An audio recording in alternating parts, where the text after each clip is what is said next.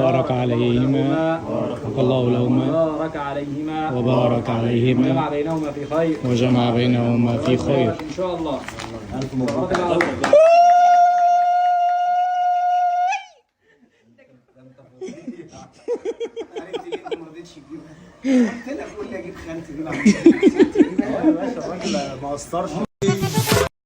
احلى خبر ده ولا ايه الاخبار الحلوه دي؟ محمود هلال راجع لمراته. انا فرحانه عشانهم قوي قوي قوي قوي، ومن خلال الفيديو ده بقول له الف مليون مبروك، وحافظ على ام زين. ام زين حبيبتك وام عيالك، ربنا ما يغير عليكم ويسعدكم يا رب، وما يدخلش بينكم الشيطان ويبعد عنكم كل شر، ويحفظكم ويخليكم لبعض ويخليكم لاولادكم.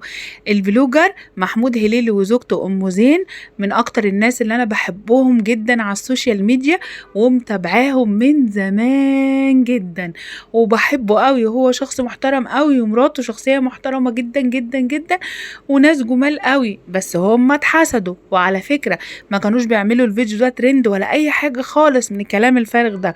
الناس دي كانت في المصيف وكانوا زي الفل، وكانوا مصورين فيديوهات وصور. اول لما نزلوا من المصيف اتحسدوا. عشان كده بقول لكم يا جماعة، داروا على شمعتكم تقيد. العين حق، ومحدش بيسيب حد في حاله. ربنا يا رب يكفينا شر العين، والف مبروك، واخبار حلوة قوي.